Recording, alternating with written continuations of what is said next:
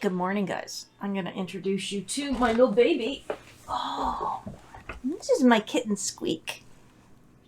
Isn't she cute? She's a good baby.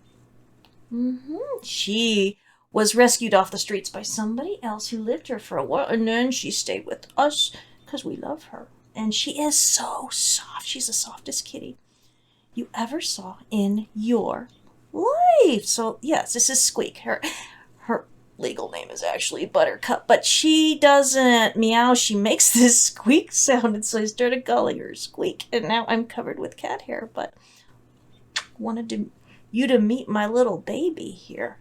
All right.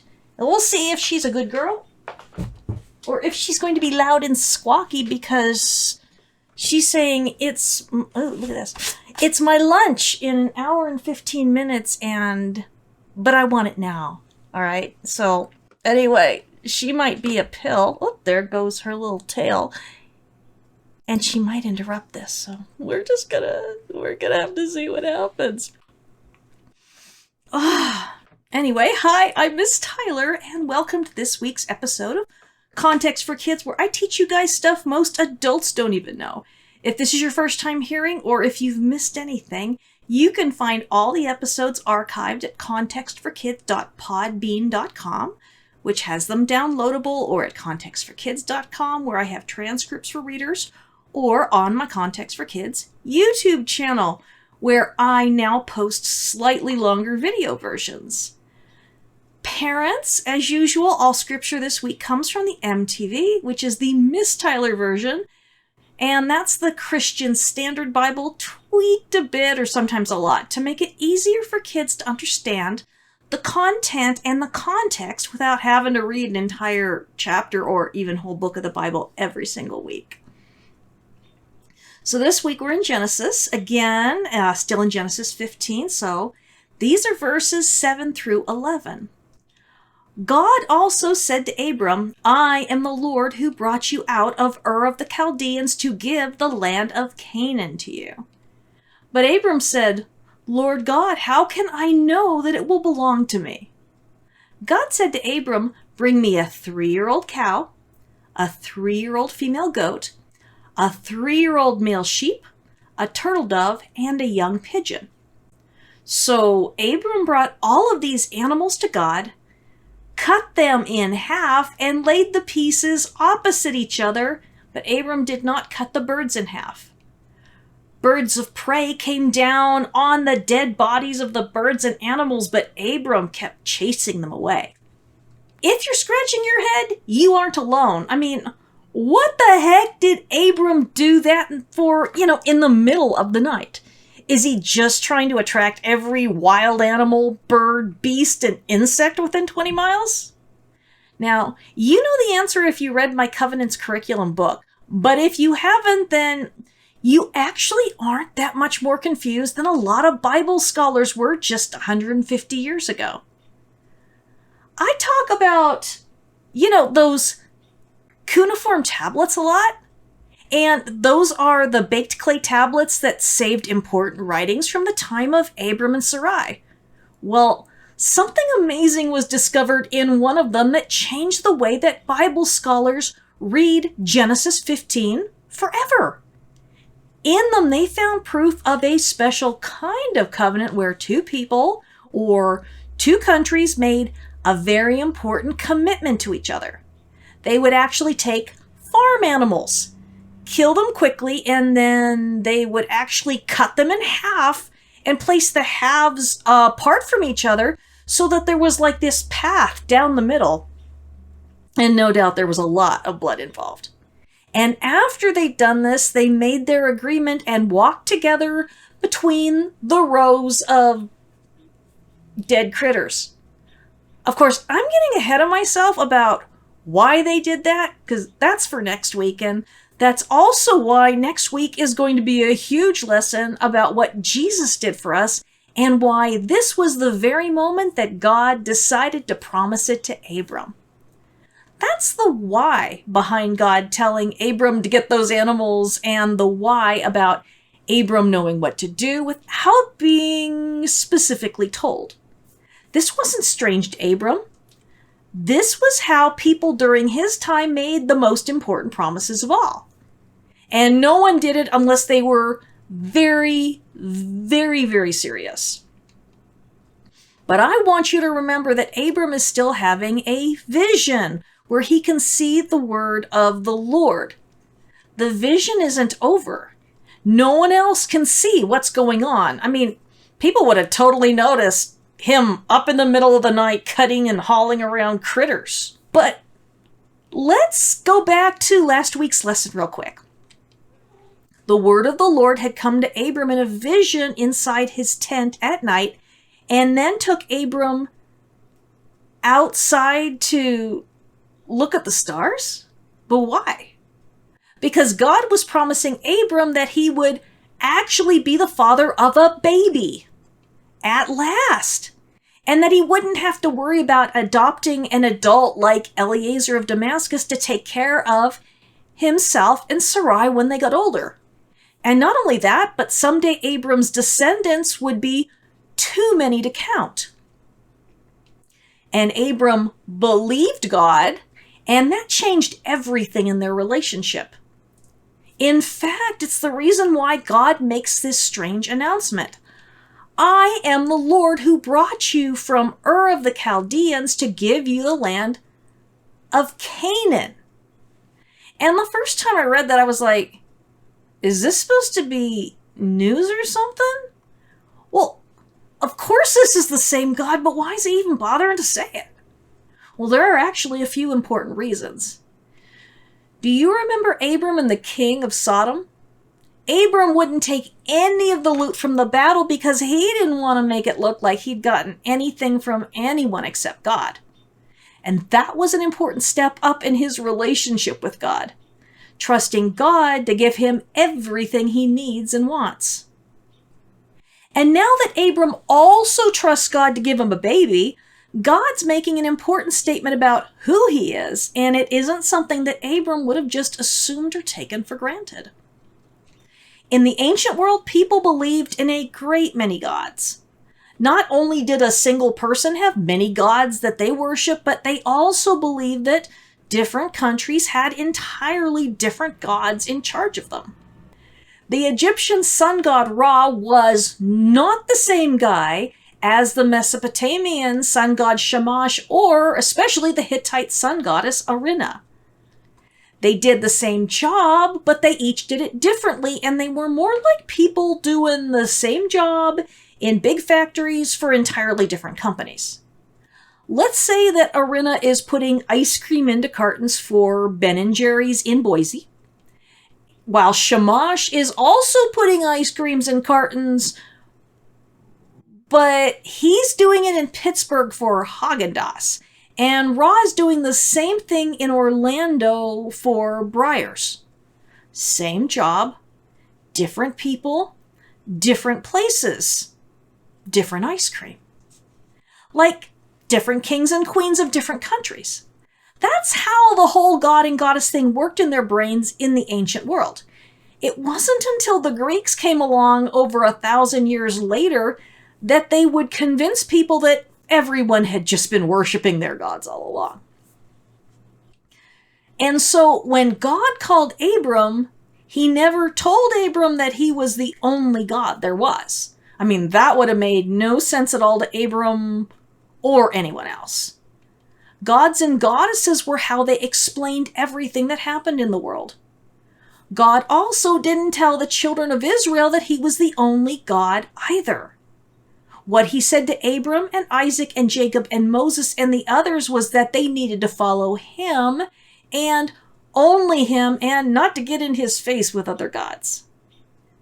Now, we know that nowadays, that there aren't any other gods at all, but we also understand that God created the world so perfectly that it runs without needing to be taken care of by little gods in charge of every little thing.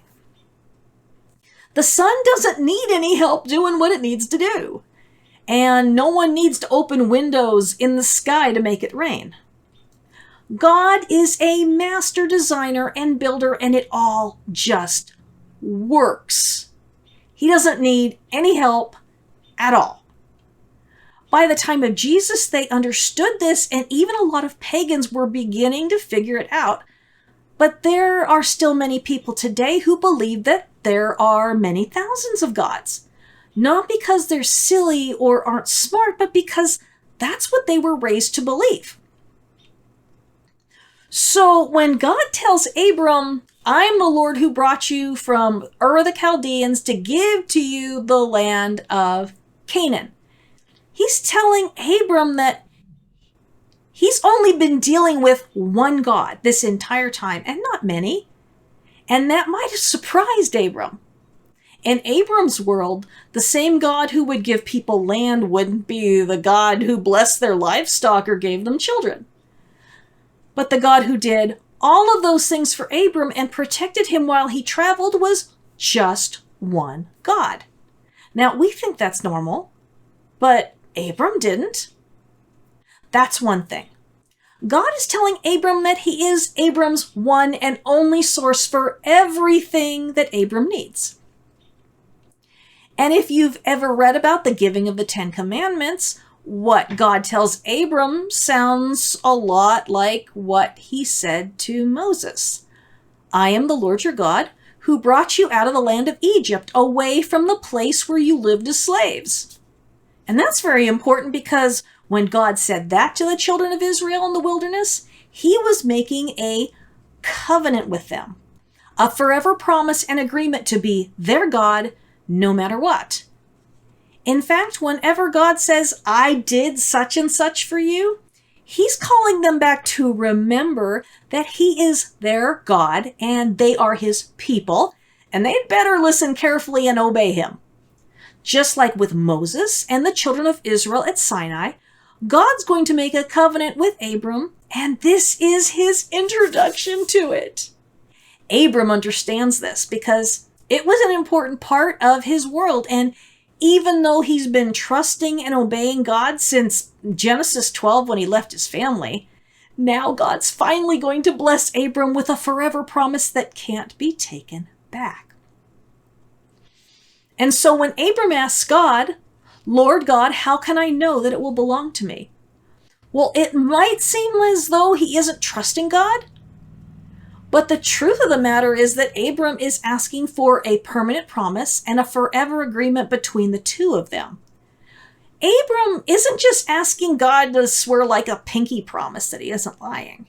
Abram's telling God that he is willing to follow, trust, and obey God for the rest of his life and to teach his children to do the same. Abram is promising that everyone in his household will obey God too, and that everything Abram has and does will always be totally devoted to God. And this is a big promise. This means that Abram belongs to God completely and not to any other gods. It means that when there's a famine and no food, God is the only one Abram will ask for help. That was a really big decision to make in those times, even though it seems obvious to us now. And this is why God wasn't the slightest bit angry when Abram asked. Instead, God told Abram exactly what to do so that there would be a covenant promise between the two of them forever. This is what God wanted.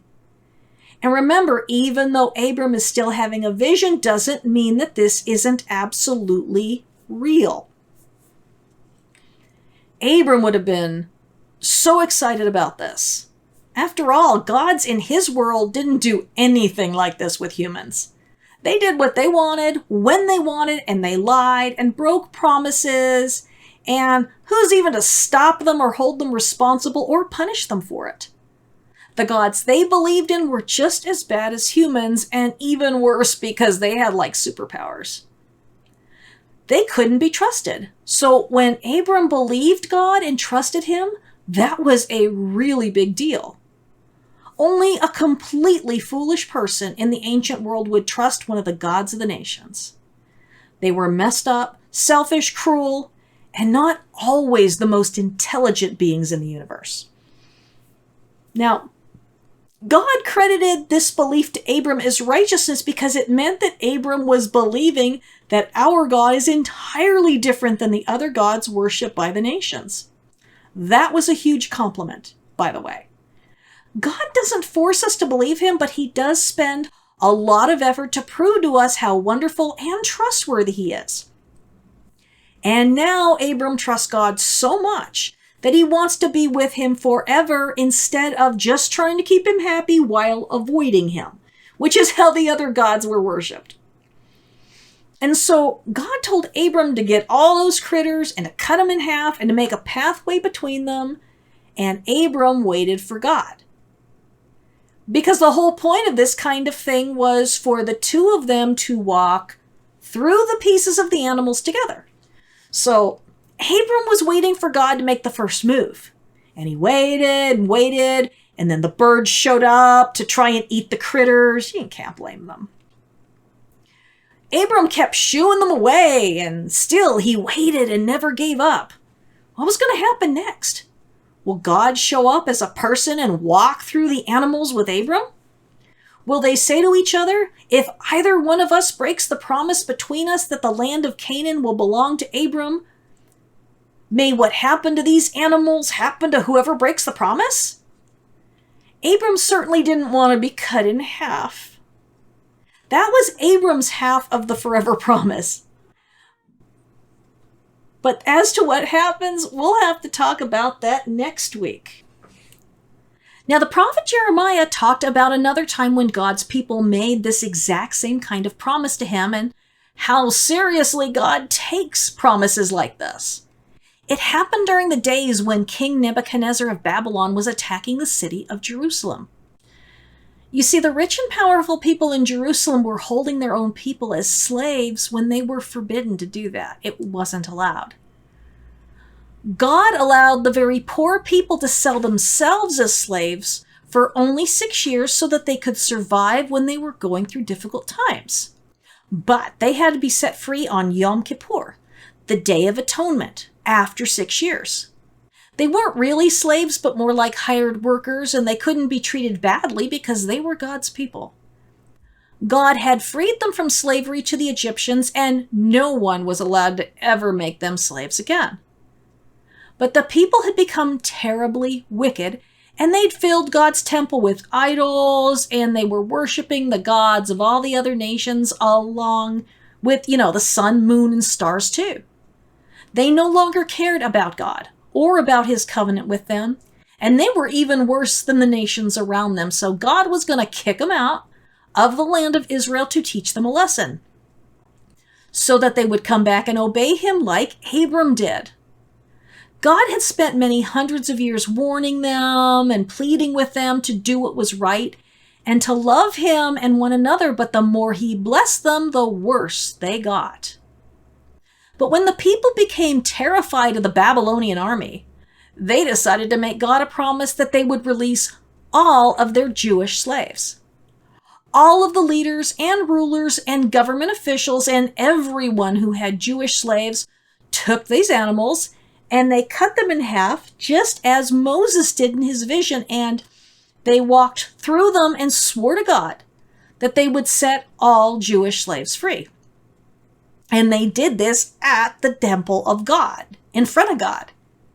And they would have said, if we go back on our promise to you, O Lord, may what happened to these animals happen to us.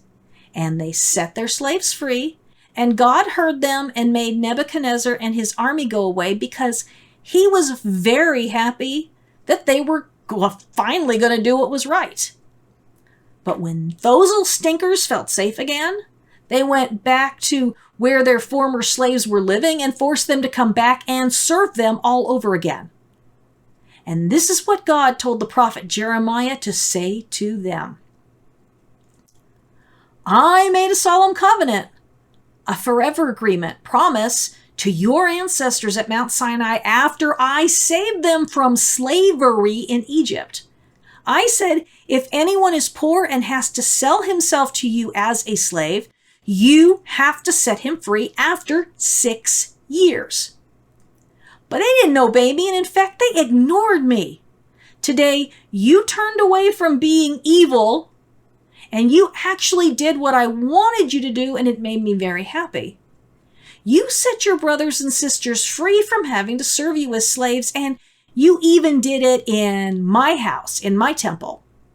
But now you've insulted me and changed your minds, and you've enslaved them all over again instead of allowing them to go home. And so because you didn't do what I told you to do for my people, I'm going to set you free. And you won't have my protection from Nebuchadnezzar and his armies anymore.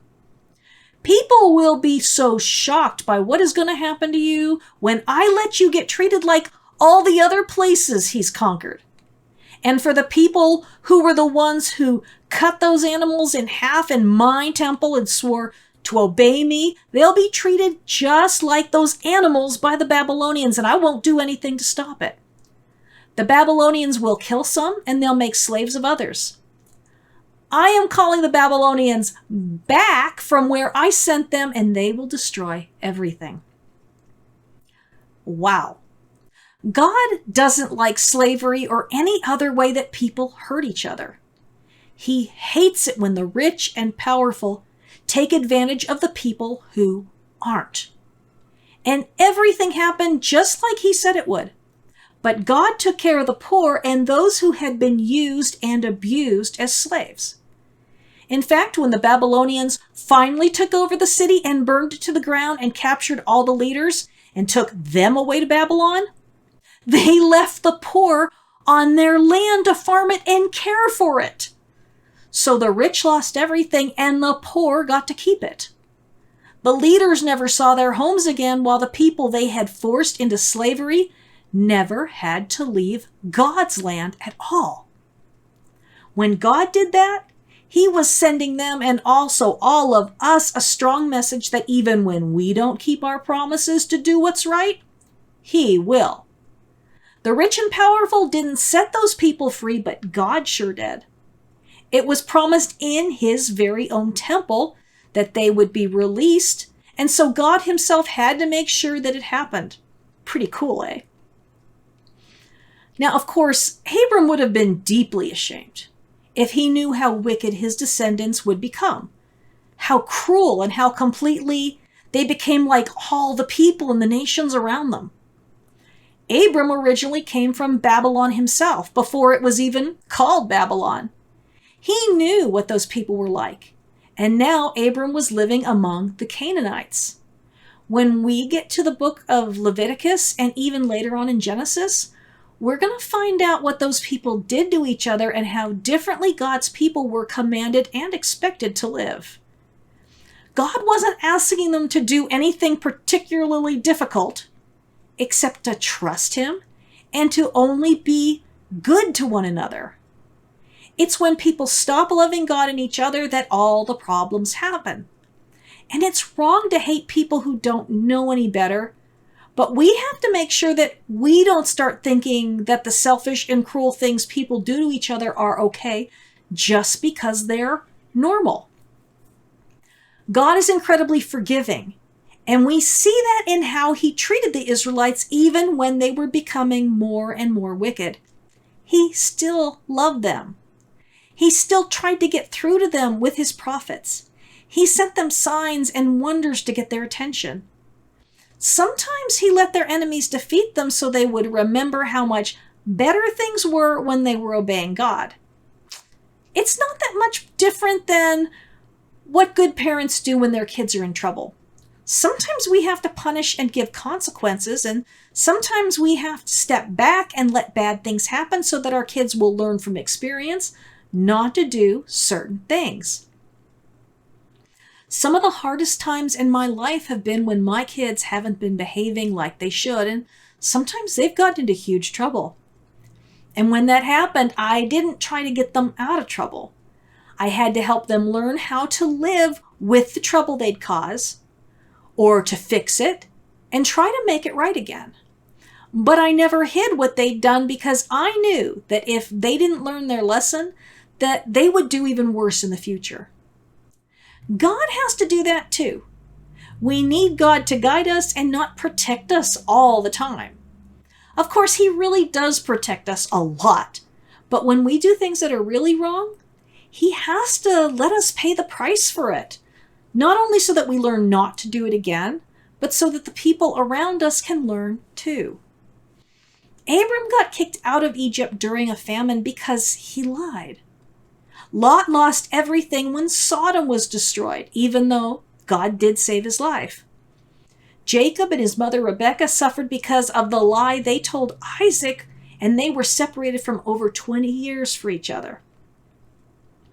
Jacob suffered because he had a favorite child, and Joseph suffered as a slave and a prisoner because he wasn't kind to the sons of his father's lowest-ranking wives. Moses suffered because he made himself look like he was a magician in the desert, bringing water out of a rock without God's help. Nadab and Abihu, the priests, they died because they treated God badly in his own tabernacle. Joshua and Caleb suffered because they made an agreement with the Gibeonites who had lied to them. David suffered a lot and lost many of his sons because of his own terrible sins. And we know about all of this because God gave these stories to us in the Bible to read about, so that we could understand that God doesn't let his favorites get away with sinning just because he's used them to do great things. Not everyone in the Bible who suffers has done something to deserve it. Most people suffer because someone else did something awful. But God sees everything even when it seems like he's ignoring it. Just like those people who were forced back into being slaves and who were given the whole land of Canaan to farm whatever part they wanted. God has a way of turning things around. And if it doesn't happen in the here and now, then he promises it will happen in the world to come when Jesus comes back and is king over us.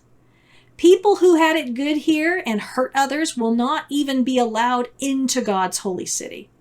The people who had very little but were faithful and good with it will be put in charge of a lot more. Everything will be fair and good, and we won't have to worry about evil people being in charge anymore. Kids will be able to play outside all day and all night, and no one will worry if they don't even make it home for dinner because they are absolutely safe. It'll be perfect, just like God wanted in the beginning. I love you. I'm praying for you. And when times are difficult and life is unfair, I want you to remember what happens here isn't the end of the story. It's just the beginning. And everything that is wrong will be made right. See you next week.